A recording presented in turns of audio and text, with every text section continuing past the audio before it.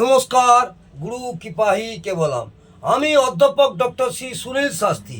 আজ আমি আপনাদের একটা ছোট্ট টোটকা বলছি। টোটকাটি হলো, যারা সিংহ রাশি বা লগ্নের জাতক জাতিকাদের দাম্পত্য কলহনাশক উপায় বা টোটকা।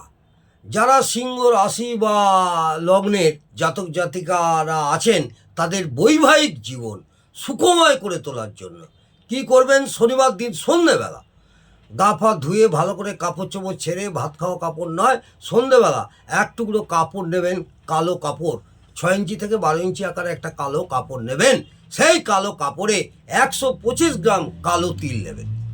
125 গ্রাম কালো তিল নেবেন। 125 গ্রাম কালো ডাল নেবেন। এক টুকরো লোয়া নেবেন, অর্থাৎ লোয়ার একটা টুকরো নেবেন। আর কালো হকি পাথর একটা অথবা 3টে অথবা 5টা অথবা 7টা, সম্ভব হলে না হলে একটাও অবশ্যই নেবেন। নিয়ে কি করবেন?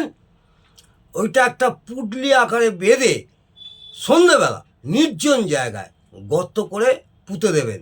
পোতার সময় ওং বৃহস্পতায় নমঃ, ওং বৃহস্পতায় নমঃ এই মন্ত্রটি 51 বার জপ করে ওই গর্তের মধ্যে পুঁতে দেবেন।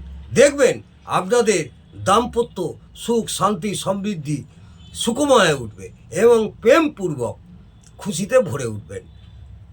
নমস্কার, জয় মাতা।